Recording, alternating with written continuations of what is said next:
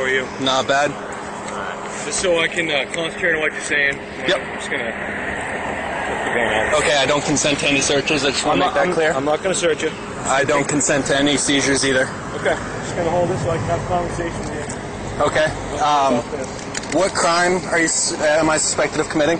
And you just pointed that gun at me when it was loaded, just so you know. You twisted it, pointed it right at me. Before you wrecked the slide, you pointed it right at my legs. People are calling about a guy walking around with a gun, so... Okay. That's not illegal. Can I have my gun back and get moving along? Need your ID, and then we'll get you on your way. What crime do you suspect me of committing?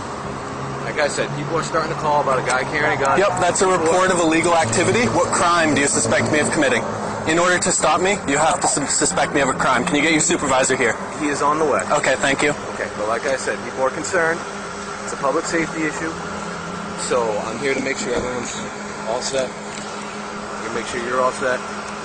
Okay, so I just need to get your ID, and then we'll call it good. No, sir. You're not going to give me your ID. Unless you are issuing me a summons as 17A, 15A I need to make sure requires, then... Can you let me speak for a second? Yep. I need to make sure you're not a felon to carry this. Do you suspect me of being a felon? I don't know you. So okay, if you don't suspect me of being a felon, then I would like my gun back and I would like to proceed on my way. In order to carry a gun, you're not allowed to be a felon. Correct, but unless you suspect me of being a felon, there's no reason for you to stop me. There is a reason to stop you. Unless you suspect me of a crime, as Terry v. Ohio, Delaware v. Prowse requires you to have a suspicion of crime before you detain an individual. Brown v. Texas does not allow you to stop an individual and demand their ID. Can I get your first name so I can speak to you on a person-to-person basis here? No. You're not going to give me your... Nope, I'm not going to... You're going to be that type of guy when we're trying to have a conversation. I'm sorry, sir, but for my own protection, I would rather not give you anything because any name I give you is going to go in the police report about this incident. There's going to be no police report. There's a police log generated for every call. This is called a pedestrian stop.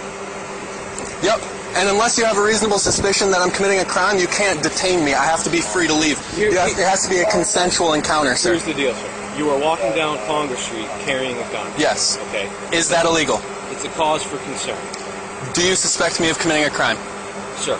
Do you suspect me of committing a crime, yes or no? Sir. I need... Suspenders. Keep my pants up.